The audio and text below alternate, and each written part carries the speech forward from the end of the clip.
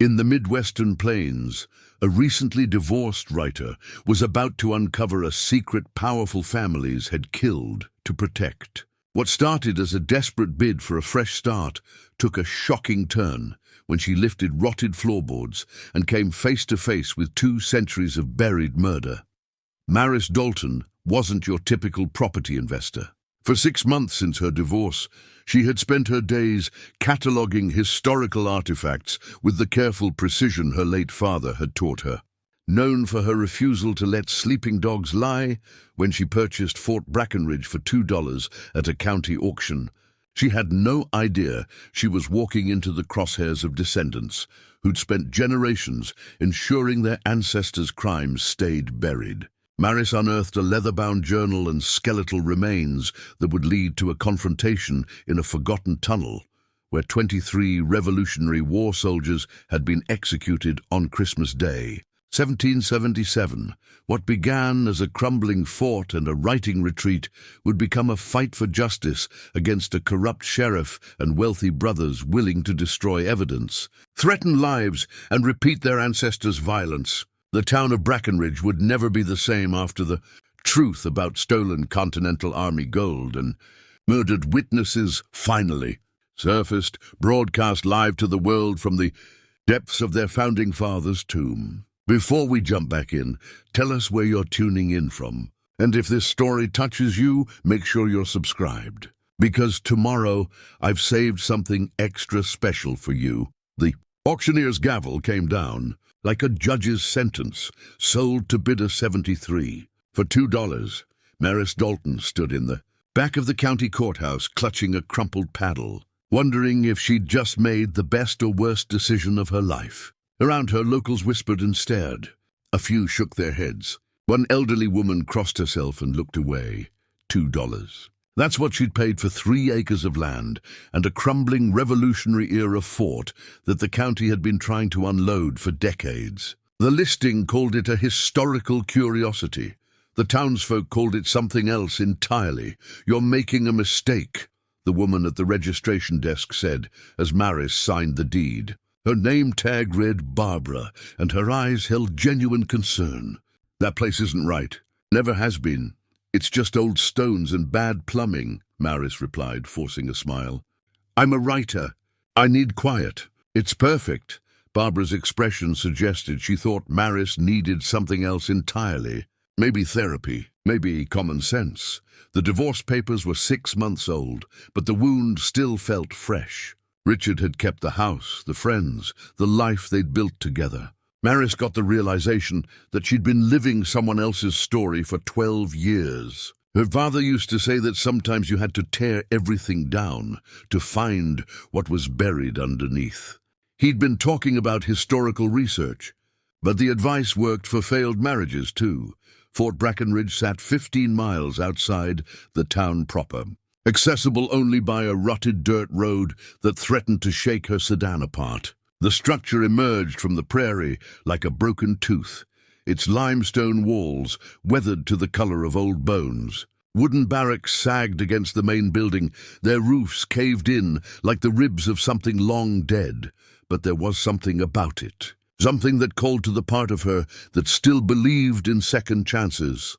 The restoration crew arrived 2 weeks later.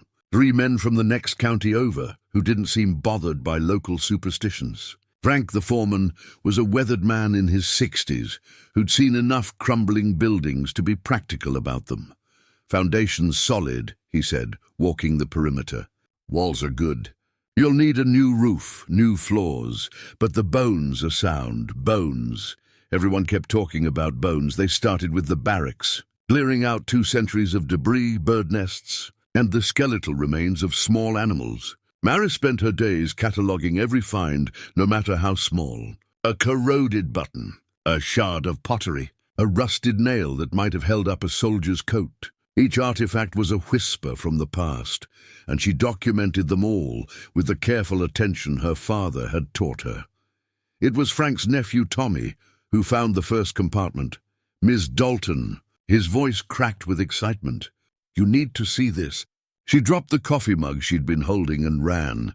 Tommy knelt in the northwest corner of the barracks where they'd been pulling up rotted floorboards. Beneath the wood, cut into the stone foundation itself, was a rectangular hollow no bigger than a bread box. And inside, "Don't touch anything," Maris breathed, falling to her knees beside him.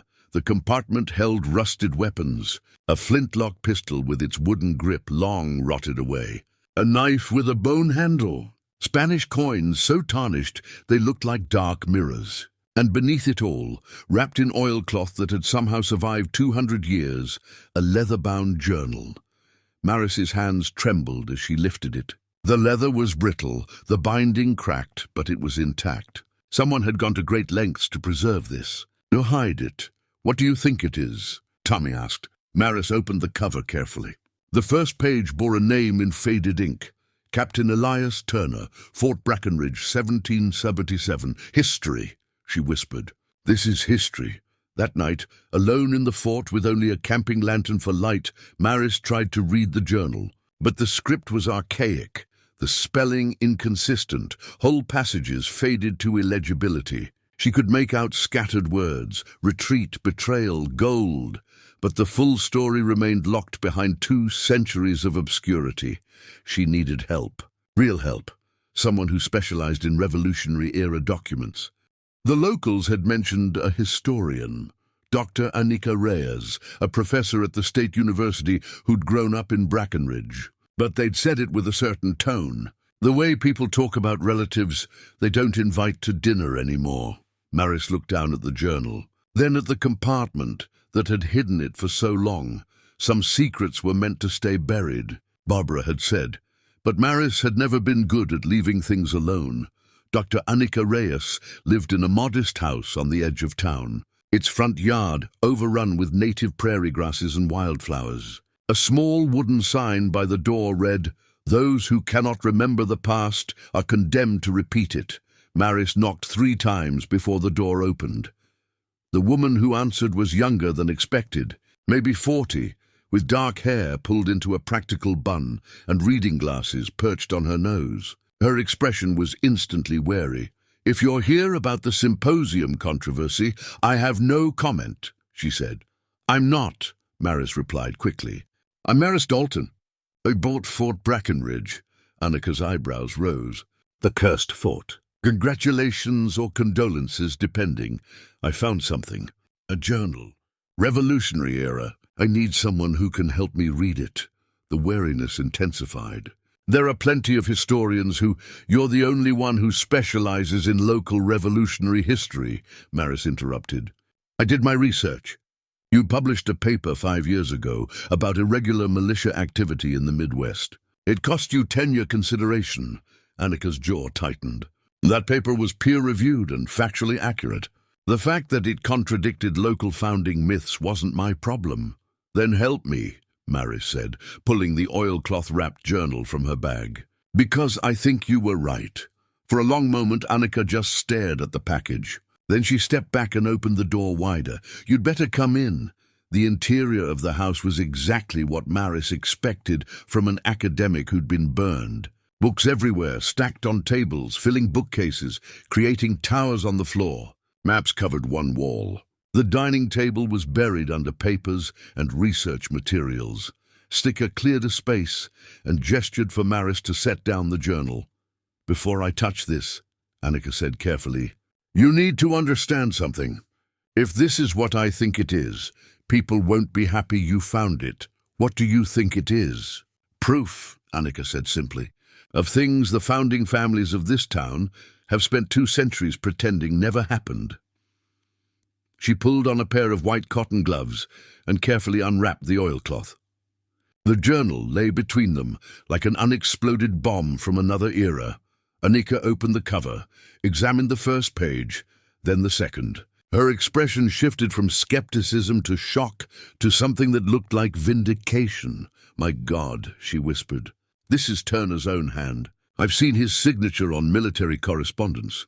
This is authentic. Who was he?" "Captain Elias Turner commanded Fort Brackenridge during the last year of the Revolutionary War.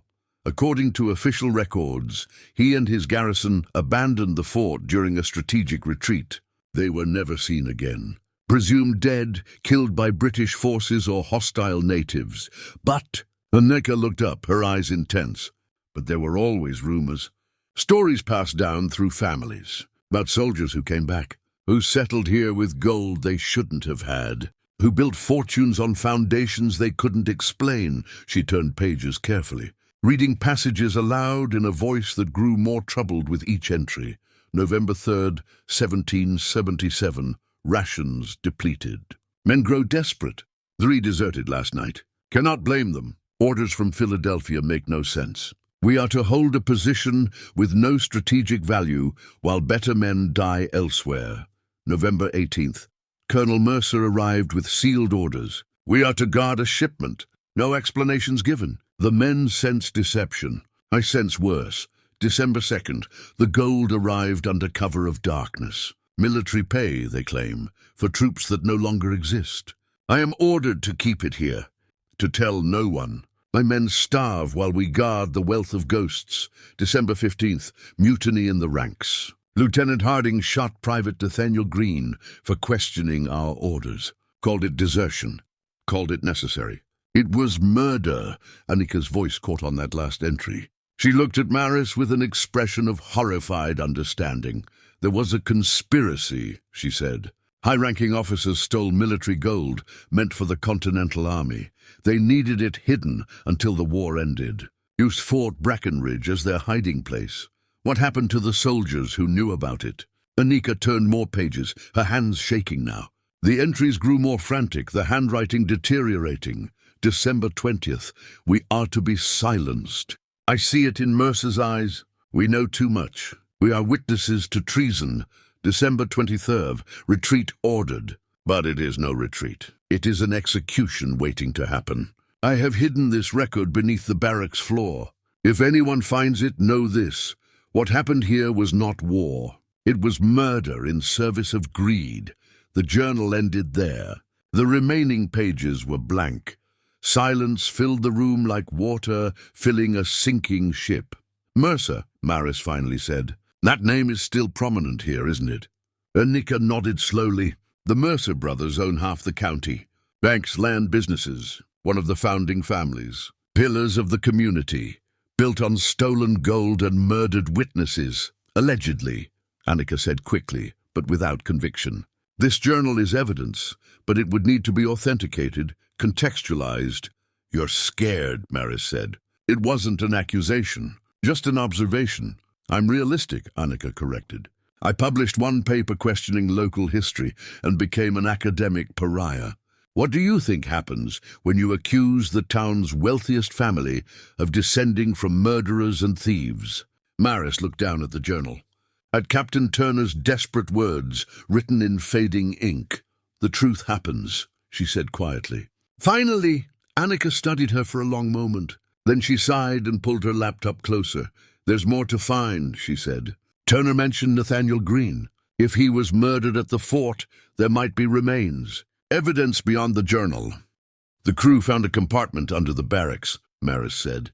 What if there are more? Then we need to search, Annika replied. Carefully, systematically. She paused, and quietly. If the Mercers get wind of this before we have irrefutable proof. She didn't finish the sentence. She didn't have to. Maris gathered the journal carefully, wrapping it back in its protective cloth. The fort has a chapel, old stone building, separate from the main barracks. We were planning to start restoration there next week. Don't, Annika said urgently. Not with the regular crew. We do this ourselves. Tomorrow night. Bring lights and tools. Why at night? Annika's smile was grim. Because people in this town notice things. And what we're about to do? They'll want to stop it. The chapel was the oldest structure at Fort Brackenridge, predating the barracks by at least a decade. It stood apart from the main compound, a squat stone building with a collapsed roof and walls thick enough to withstand cannon fire. Someone had built it to last through a war. They hadn't counted on what would come after. Maris and Annika arrived after midnight. Parking far from the fort and walking the last quarter mile with only flashlights to guide them. The prairie at night was a different world. The wind carried sounds that might have been coyotes or might have been nothing at all. "This is insane," Annika muttered, carrying a surveyor's kit and ground-penetrating radar unit she'd borrowed from the university. "If anyone finds out I'm using department equipment for unauthorized excavation—" "They won't," Maris said, with more confidence than she felt. The chapel interior smelled of rot and bird droppings. Their flashlights revealed walls still bearing the faint remains of religious murals, weathered faces of saints staring down with empty eyes.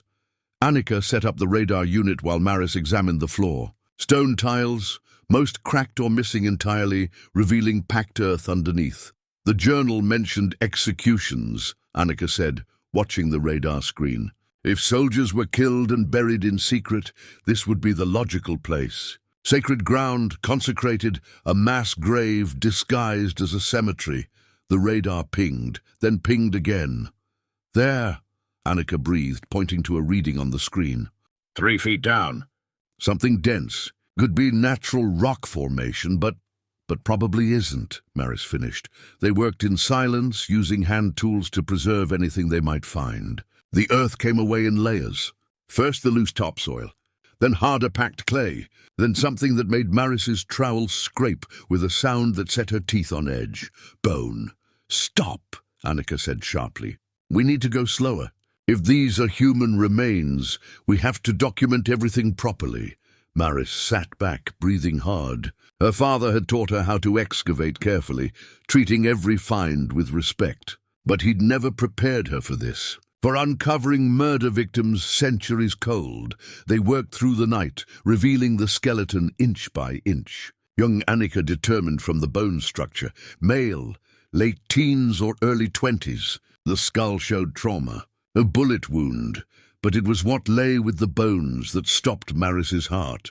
A corroded locket, chains still intact, personal letters wrapped in more oilcloth, surprisingly preserved, and a small, leather-bound Bible with a name inscribed inside. Nathaniel Green, born 1758. "It's him," Maris whispered. "The one Turner wrote about. The one Lieutenant Harding shot." Annika carefully opened one of the letters, reading by flashlight. "My dearest Nathaniel, I received your letter, and my heart soars to know you are safe. Mother says the war cannot last much longer. When you return, Father has agreed to our marriage. I count the days until I see your face again. With all my love, Constance." The date was December 10th, 1777. Nathaniel Green had died before Christmas. Before he could return home. Before he could marry Constance, whoever she was.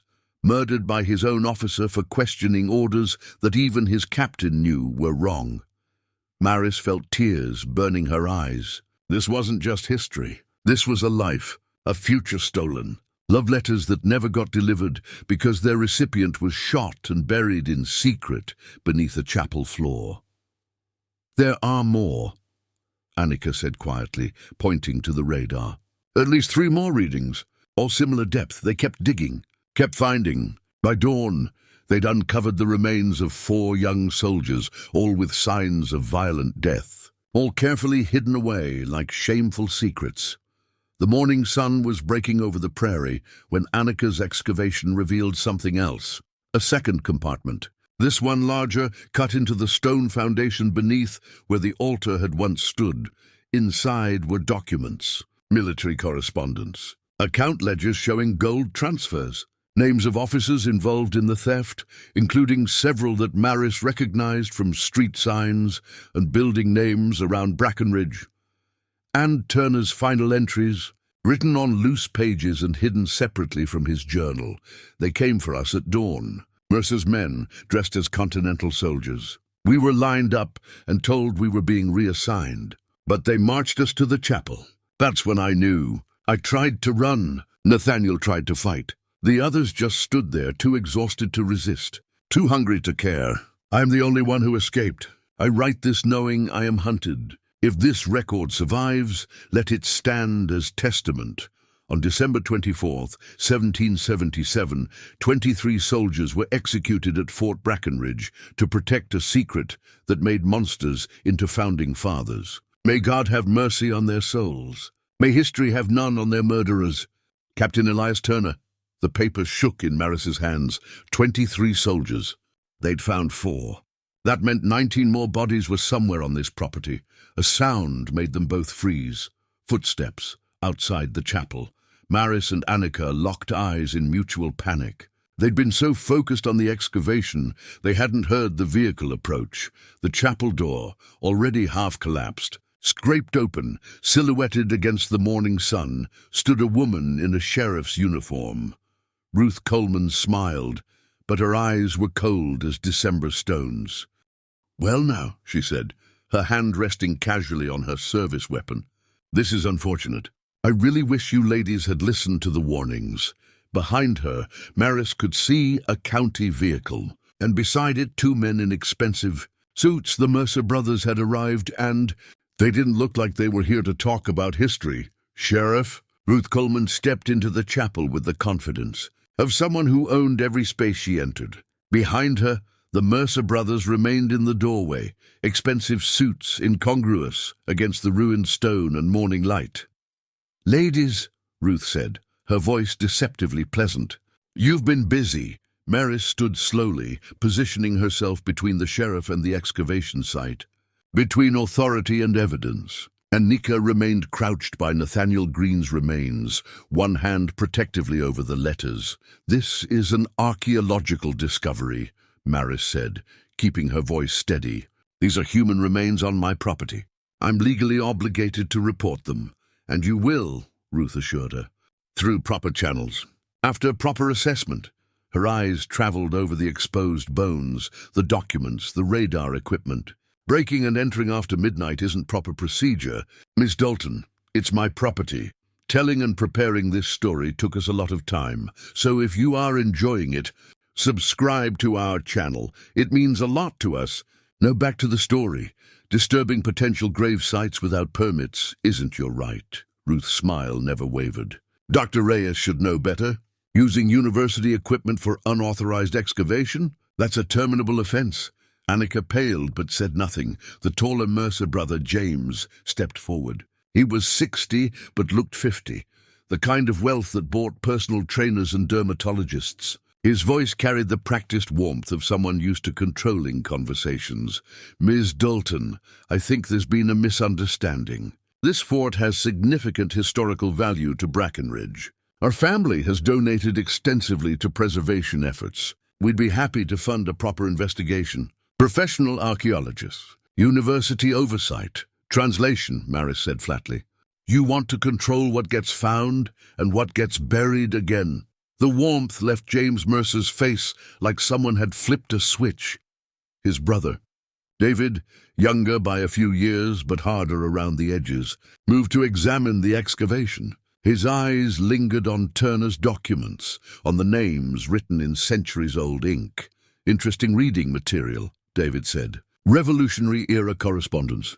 Probably worth quite a bit to collectors. Shame if something happened to it. These old documents are so fragile." The threat was unmistakable. Ruth stepped closer to Maris, her voice dropping to something almost confidential.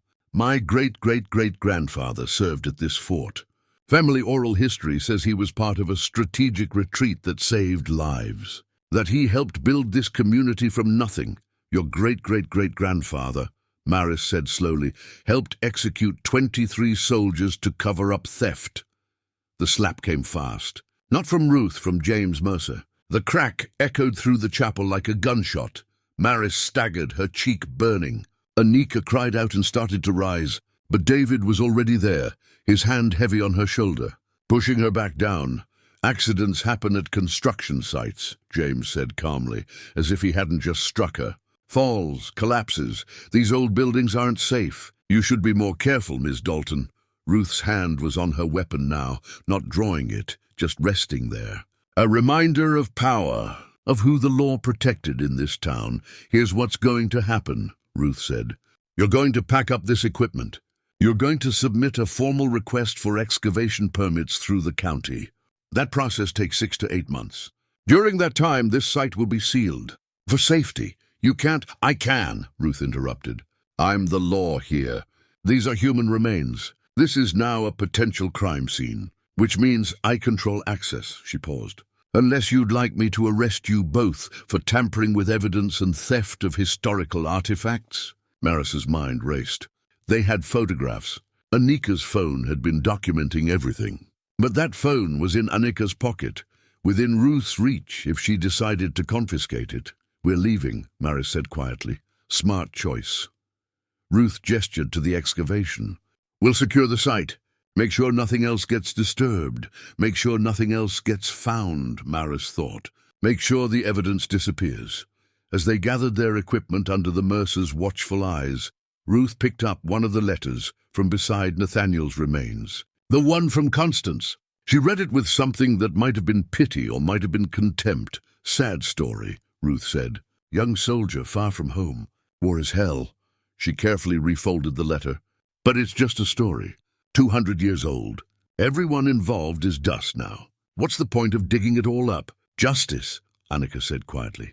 Ruth looked at her with something close to sympathy. "Dr. Reyes, you lost tenure over this obsession with local history. Don't lose your job too. Some things aren't worth your career. Some things are worth more than careers," Anika replied. They walked back to the car in silence, carrying their equipment under the rising sun. Behind them, Maris could hear the Mercers already making phone calls, already mobilizing their resources to contain this. When they were finally in the car, doors locked. Anika turned to Maris with wild eyes. "Please tell me you got photographs before they arrived." Maris pulled out her phone. Dozens of images. The documents. The remains. Turner's final testimony. All backed up to cloud storage the moment she'd had signal.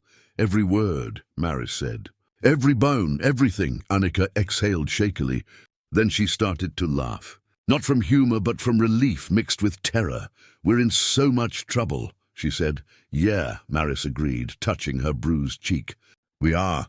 But as they drove away from Fort Brackenridge, past the sheriff's vehicle and the Mercer's expensive cars, Maris felt something she hadn't felt since before the divorce. Purpose. They met at Anika's house after dark, curtains drawn, phones turned off. Paranoia felt justified when powerful people had already threatened them once. Maris laid out printed copies of every photograph on the dining table. Anika had transcribed more of Turner's journal, filling in gaps they'd missed on first reading. "The coded sections," Anika said, pointing to passages that seemed like mundane supply lists. "Look at the pattern. Every third word. It's a basic cipher, common in the Revolutionary era." She'd already decoded several entries. "Gold hidden beneath fort walls. Mercer knows location. Harding helps guard. Others will die to protect secret. Tunnel leads east. Connects chapel to river bluff. Escape route becomes tomb. 23 witnesses. 23 murders planned. I'm marked for death. There's a tunnel," Maris breathed. "That's where the rest of the bodies are." Anika nodded grimly. "And probably the gold. Or evidence of where it went." She pulled up historical property records on her laptop. "Look at this. After the war, 3 officers from Fort Brackenridge's command structure settled in this area. Colonel Marcus Mercer, Lieutenant William Harding, Captain Samuel Coleman." "Coleman," Maris said. "Like Ruth. She's 7th generation. Direct descendant." Anika clicked through more documents. "All 3 men acquired significant land and wealth within 5 years of the fort's abandonment. No documented source for their fortunes. They became founding fathers. Built the first bank, the first mill. They literally built this town on stolen gold and murdered soldiers. The Mercer brothers are direct descendants of Marcus Mercer. So is half the county government. The bank president. The mayor." Anika's voice was tight with barely controlled anger. "My paper 5 years ago suggested irregularities in the founding family's wealth. I was called a conspiracy theorist. Told I was damaging the town's heritage tourism. But I was right." Maris studied the family trees Anika had constructed. Lines of descent connecting past to present like blood vessels, carrying poison through generations.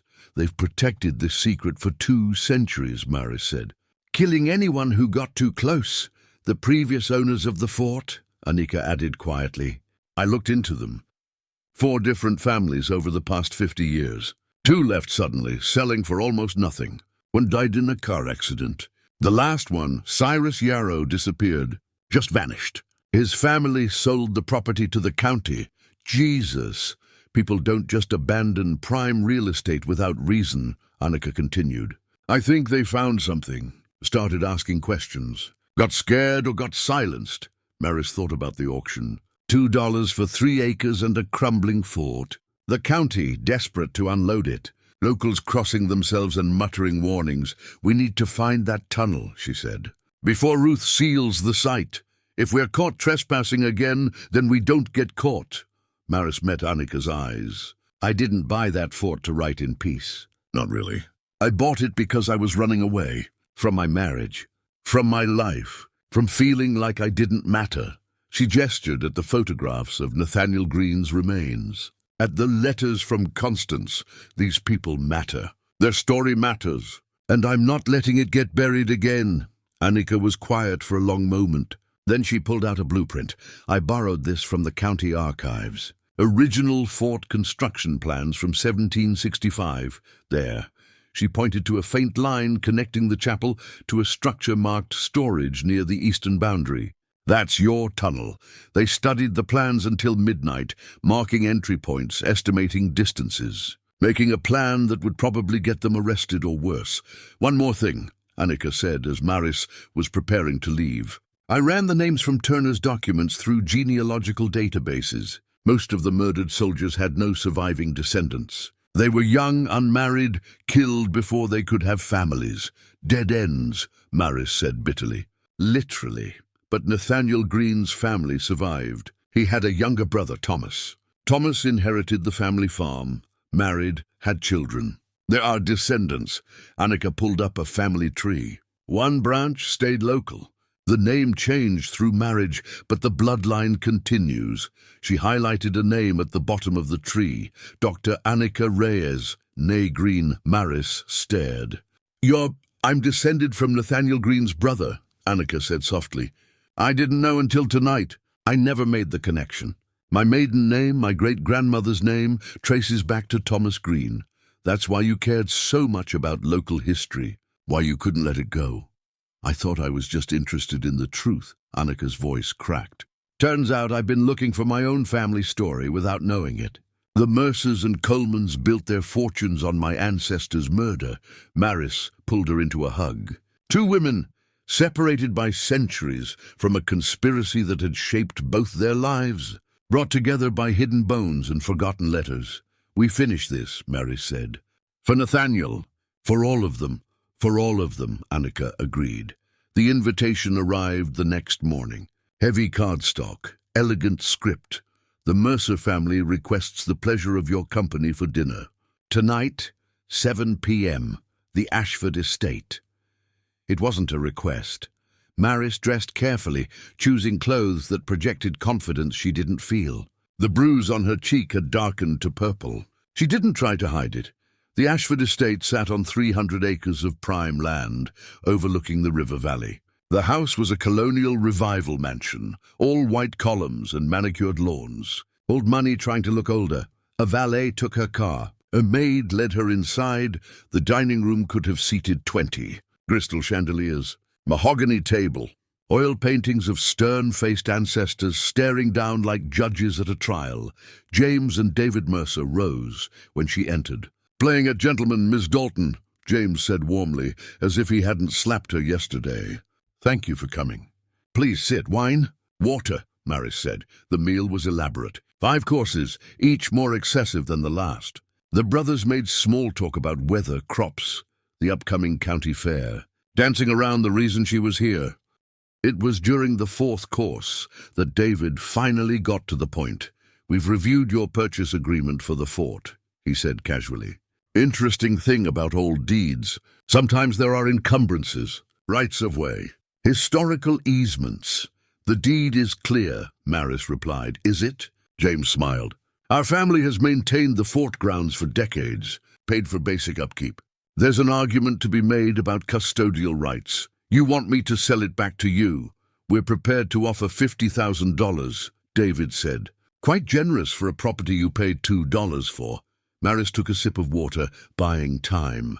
$50,000 would solve a lot of problems. Could fund a fresh start somewhere far from Brackenridge. No, she said. The brothers exchanged glances.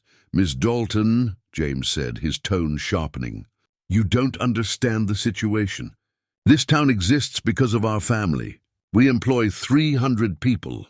We fund the schools, the hospital. We maintain the infrastructure. We are Brackenridge. You are descendants of murderers and thieves. David's fist hit the table, rattling crystal. You have no proof. A journal isn't proof. It's the ravings of a disgraced officer who abandoned his post.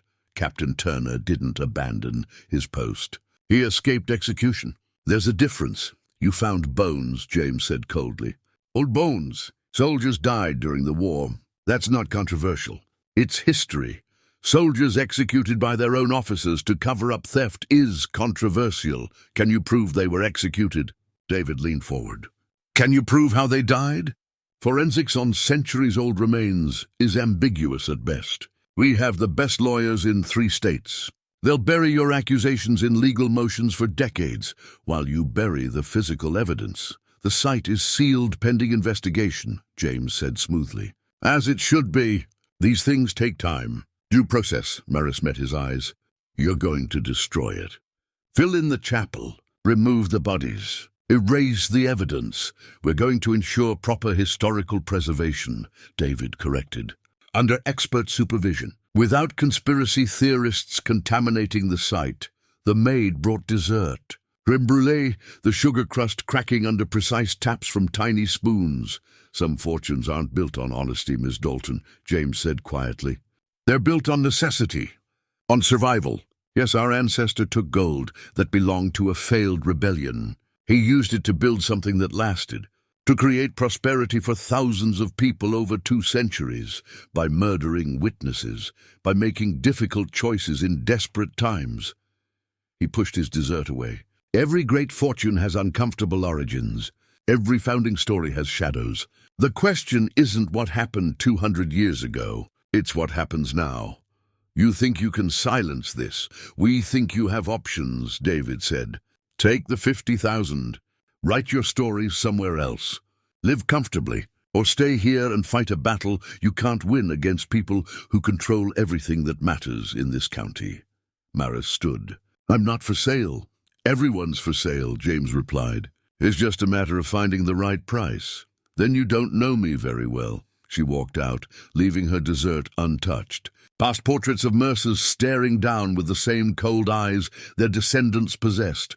Her car was waiting. But as she drove away from the estate, she noticed headlights following at a distance, staying just close enough to be seen. A reminder they were watching now. Every move, every choice. Maris pulled out her phone and texted Annika. They made their play. Time for hours. The fort looked like it had been hit by a hurricane. Maris stood in the doorway of what used to be her workspace, staring at the destruction. Filing cabinets overturned. Photographs torn from walls. Her laptop smashed. Every artifact she'd catalogued scattered like trash on the wall, spray-painted in red. Stop digging. The chapel was worse. Someone had filled in their excavation, dumping concrete mix over Nathaniel Green's remains, over the documents, sealing it all beneath a grey sarcophagus. No, Maris breathed, falling to her knees beside the hardened concrete. No, her phone rang. Annika, did you tell anyone? Maris said instead of hello. About our plans? About the tunnel? What? No, someone knew, Annika. Someone knew exactly where to look, what to destroy. Maris, what are you talking about? The fort's been destroyed. The chapel is filled with concrete. Everything we found is gone. Silence on the other end. Then, I'm coming over. No, Maris said sharply. I need to think. She hung up and immediately regretted it. But trust was bleeding out of her like air from a punctured tire. Someone had betrayed them. Someone close enough to know their findings, their plans. The divorce had taught her that people you trusted could lie to your face for years, could pretend to be your partner while plotting their own path. Frank and his crew arrived at noon, sent by their contract. They stared at the destruction in shock. Want us to start cleaning up? Frank asked. No. Maris was photographing everything. I want this documented. Every detail. You calling the sheriff? The sheriff is part of this, Frank's expression suggested he wasn't surprised.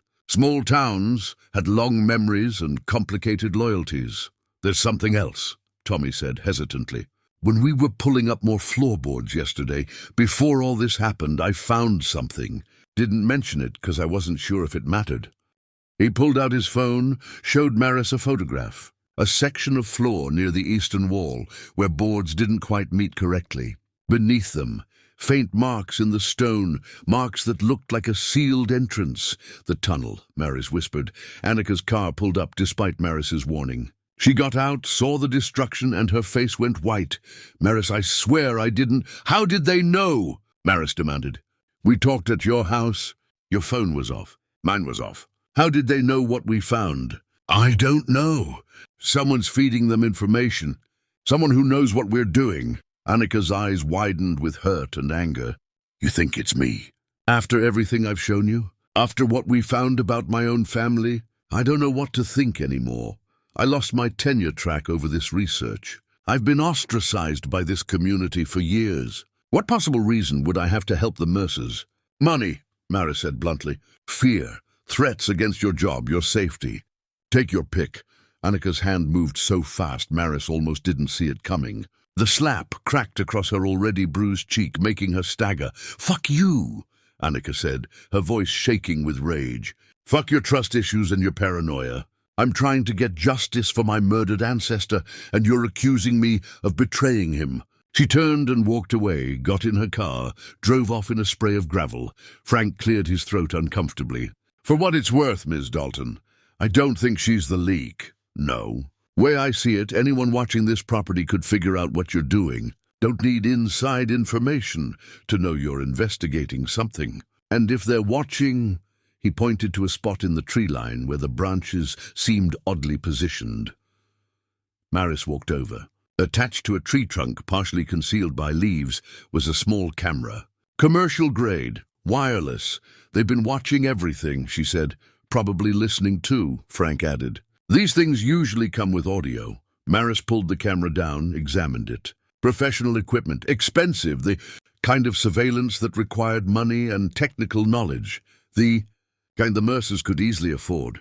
She'd been so focused. On human betrayal, she hadn't considered technological surveillance. Her father would have spotted it immediately.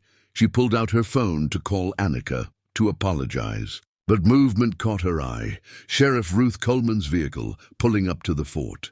And this time she wasn't alone. 2 deputies, all armed. Ruth got out slowly, her hand resting on her weapon. Miss Dalton, we need to talk about your trespassing problem. This is my property. And that chapel is a sealed crime scene. Yet someone broke the seal last night. Ruth's smile was thin. Want to tell me where you were between midnight and 4 a.m.? Here, asleep. Can anyone verify that? I live alone. Convenient. Ruth pulled out handcuffs. I'm afraid I need to bring you in for questioning. Destruction of evidence. Tampering with a crime scene. Maybe we'll add theft of historical artifacts while we're at it. You can't arrest me for investigating my own property. Watch me. As Ruth moved forward, Maris noticed something that made her blood freeze. Hanging from Ruth's belt, attached to her keychain, was a small, corroded object, Nathaniel Green's locket, the one that had been buried with his remains. You were there, Maris said. You're the one who destroyed the site. Ruth's smile widened. Prove it! Oh, wait, you can't. All your evidence is buried under concrete. The deputies flanked Maris, but before Ruth could close the cuffs, Maris's phone buzzed. A text from Annika. I'm sorry I slapped you. I'm sorry for everything.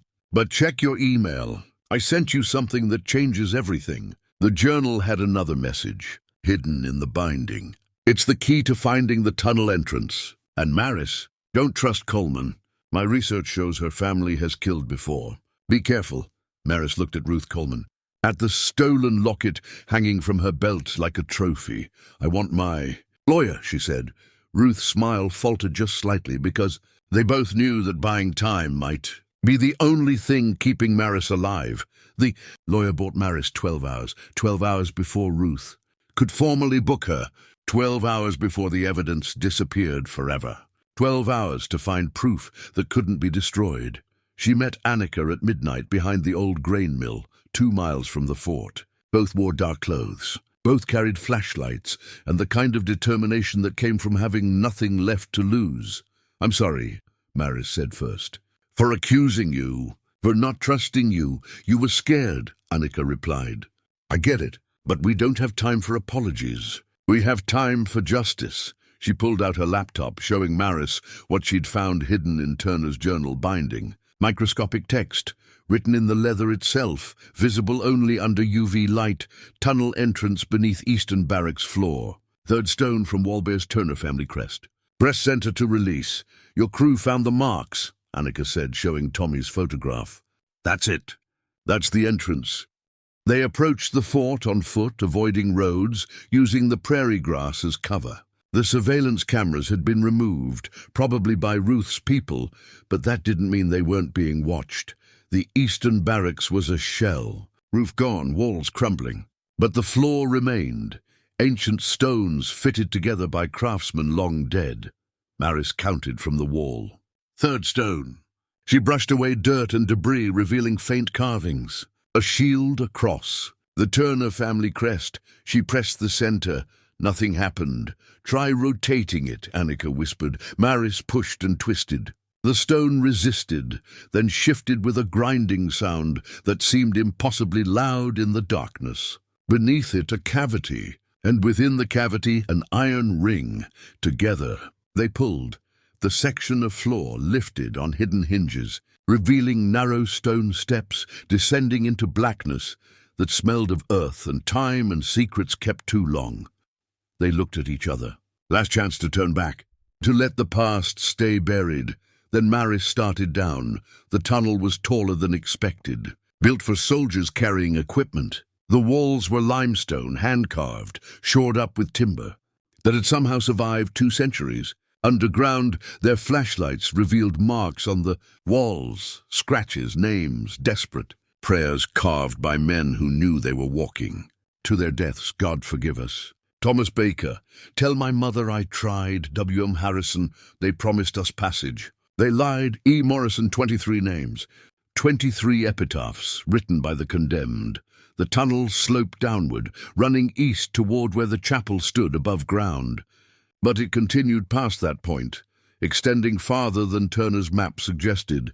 They walked in silence, their lights cutting through darkness that had been undisturbed for 200 years. The first skeleton lay 50 yards. And then the second, then more. They'd been lined up against the wall and shot, execution-style bullet. Holes still visible in skulls, in ribs. In the stones behind them, 19 bodies. The ones not buried beneath the chapel. "Jesus Christ," Annika breathed, her light playing over the remains. They marched them down here, murdered them where no one would hear the shots. Maris photographed everything, every bone, every bullet hole, every prayer scratched into stone. At the tunnel's end, they found a chamber. Inside sat a chest, iron-bound, sealed with wax that bore the Continental Army's insignia. Annika's hands shook as she broke the seal. Inside were documents, military orders, transfer authorizations for gold that was supposed to fund Washington's army. Receipts showing it had been diverted to Fort Brackenridge and never logged with Continental Command. And beneath those, personal ledgers. Records kept by Colonel Marcus Mercer detailing how the stolen gold had been divided among himself, Lieutenant Harding, and Captain Coleman. How they'd used it to buy land after the war, to establish businesses, to build the foundations of their family fortunes. "This is it," Maris whispered. "This is proof." Turner's final entries were there too, written on loose pages and stored with the evidence he'd gathered. December 24th, 1777. They came at dawn, as I feared. I escaped only because young Nathaniel created a distraction. He charged Harding, gave me seconds to run. I heard the shot that killed him, heard them dragging the others to the tunnel I had helped dig, never knowing it would become their tomb. I'm hunted. I am marked. But I have ensured their crime will not die with me. I have hidden the truth in multiple places. In my journal, in this chest, in the stones themselves. May God grant that someday someone finds it. May history judge them as murderers. For that is what they are. Elias Turner, Christmas 1777, Christmas. They'd been executed on Christmas.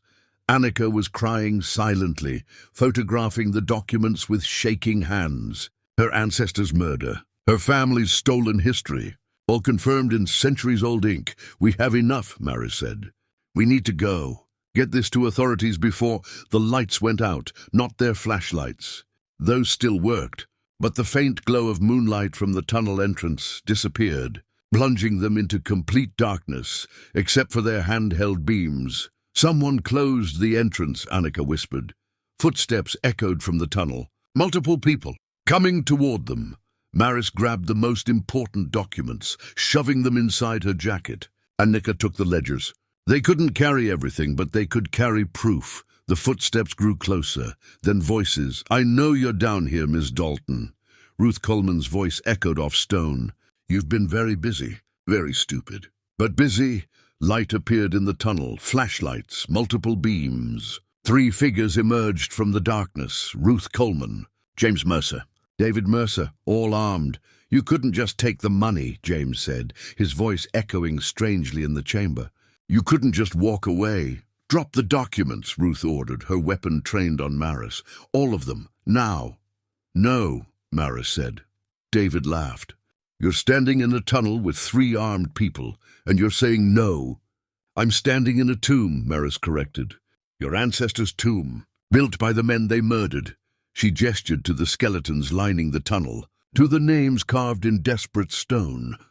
These soldiers trusted their officers, trusted them to lead, to protect. Instead, they were betrayed and executed for gold, for money that was supposed to save the revolution.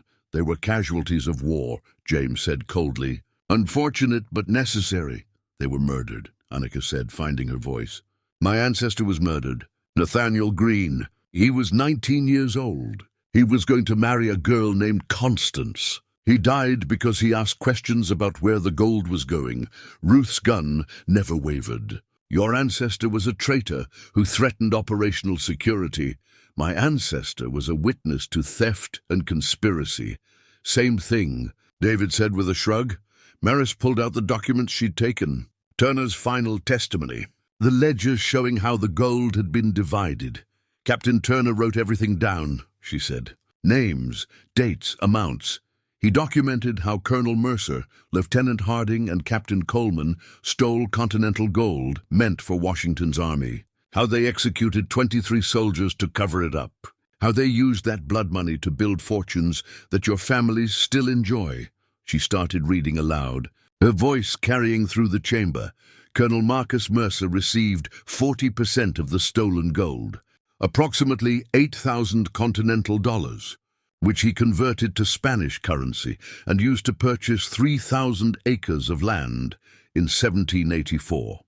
Lieutenant William Harding received 30%, which funded his mill and trading post. Captain Samuel Coleman received 30%, establishing the first bank in Brackenridge. All 3 men built their fortunes on the deaths of the soldiers they were sworn to protect." "Stop talking," Ruth warned, but Maris kept reading, kept naming the crimes, the dates, the amounts, making sure the dead could testify one final time. "Your family built this town on murder," Maris said, looking at James and David. "Your wealth exists because 23 boys died in this tunnel on Christmas. Boys who trusted their officers, who believed in duty and honor." "Shut up." James lunged forward. Annika swung her flashlight. It connected with his temple. He staggered. David's gun came up. "Don't move!" But Maris was already moving. She kicked Ruth's weapon, sending it skittering across the stone floor. Ruth dove for it. Annika tackled David. Gunfire exploded in the confined space, deafeningly loud. The bullet ricocheted off stone, sending rock chips flying. Maris grabbed Ruth's fallen weapon, pointed it at the sheriff with shaking hands. "It's over," she said. Ruth smiled. Blood trickled from a cut on her forehead, where she'd hit the ground. "Is it? You shoot me, you go to prison. You let me go, you die down here. Your choice." "There's a third option," Annika said. She held up her phone. "Live stream. Started the moment we entered this tunnel. Everything you said, everything we found. It's already uploaded. Dozens of people have watched. Hundreds by now." Ruth's face went white. "You're lying," David said, but his voice lacked conviction. "Am I?" Annika showed him the screen. The view counterclimbing. Comments flooding in. News outlets already picking up the feed. "This is incredible. Real-time historical discovery. Someone call the FBI. Those are human remains. This is a crime scene. The Mercer family built Brackenridge on stolen gold and murder." James grabbed for Annika's phone. She threw it. It skidded into the darkness, still streaming, still broadcasting their voices and faces to the world. "You've destroyed us," James whispered. "No," Maris said. "Your ancestors destroyed you. We just uncovered what they buried." Ruth made one last desperate move. She grabbed for the gun Maris held. They struggled. Another shot fired. This time Ruth screamed. The bullet had grazed her shoulder. "We're leaving," Maris said. "With the documents. With the evidence. And you're going to let us, or what?" David demanded. "Or the world watches you murder us on live stream," Annika said. "Right now you're descendants of criminals. Embarrassing but survivable. You kill us, you become criminals yourselves. There's no coming back from that." The Mercers looked at each other. At Ruth, bleeding and defeated. At the skeletons watching from the shadows. At 200 years of secrets spilling into public light. James lowered his weapon. Maris and Annika backed toward the tunnel entrance, never turning away from their enemies. Ruth called after them, her voice desperate now. "This will ruin everything. The town, the businesses, hundreds of jobs." "Should have thought of that before you tried to keep murder buried," Maris replied. They climbed out of the tunnel into pre-dawn air that felt like resurrection. Behind them, the Mercers and Sheriff Coleman remained in the darkness, surrounded by the ghosts they'd tried to silence. Annika's phone was still streaming when FBI agents arrived an hour later. Still streaming when Ruth Coleman was arrested for destruction of evidence, assault, and attempted murder. Still streaming when federal archaeologists entered the tunnel and documented everything. Maris and Annika had found the truth was out, finally, completely, irreversibly. 3 months later, Maris stood at a podium built on the grounds of Fort Brackenridge, facing a crowd of hundreds. The fort looked different now. Restored but honest. The chapel had been excavated properly, the concrete removed. Nathaniel Green's remains and those of his fellow soldiers exhumed with dignity and care. Behind her stood a memorial. 23 names carved in granite. 23 lives stolen. 23 stories finally told. The Mercer family fortune was gone.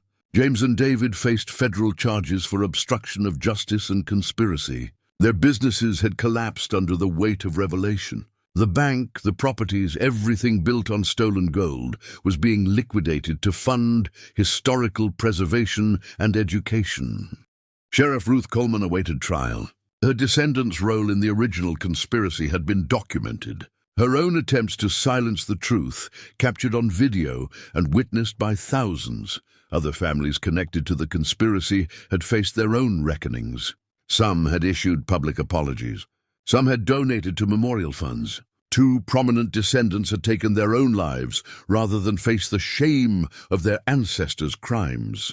Brackenridge itself was divided. Half the town viewed Maris as a hero who'd uncovered truth. The other half saw her as a destroyer who'd ruined their heritage and economy. She didn't care about either label. "I didn't come here to destroy anyone," Maris said into the microphone, her voice carrying across the silent crowd.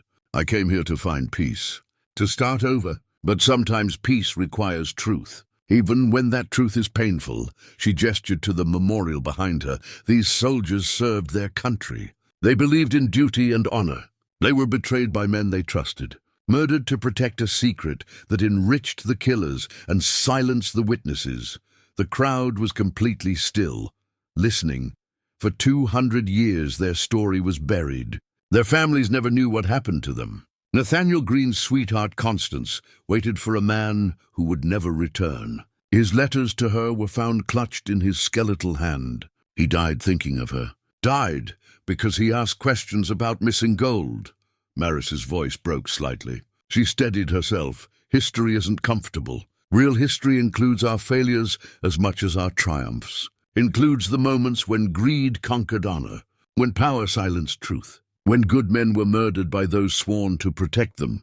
She pulled out one of Nathaniel's letters, the one from Constance, the one promising marriage and a future stolen by conspiracy. This letter was never delivered. This love was never fulfilled. This life was never lived. Because powerful men valued gold more than honor, valued silence more than truth. She looked at the memorial, at the names, at the faces of people in the crowd who were descended from both victims and perpetrators. We can't change what happened. We can't undo 200 years of lies and buried history. But we can honor these men by telling their story, by ensuring their deaths weren't meaningless, by proving that truth, no matter how long buried, will eventually surface. Annika stood beside the memorial, her hand resting on Nathaniel Green's name. Her ancestor, her blood, finally acknowledged and honored. Dr. Annika Reyes had been reinstated at the university, her controversial research validated, her academic reputation restored. She'd been offered positions at 3 major universities. She'd turned them all down to stay in Brackenridge and oversee the historical site.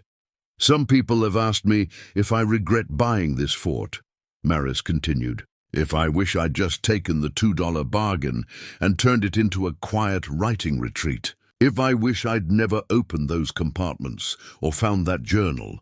She paused, looking out at the faces before her. I don't regret it for a second, because these soldiers deserve to be remembered. Their story deserved to be told. And sometimes the most important thing we can do is give voice to the silenced. The crowd began to clap, slowly at first, then building. Not everyone joined in. Some walked away, unwilling to accept the new narrative of their town's founding. But others stayed. Others wept. Others touched the memorial and whispered names of ancestors murdered in that tunnel.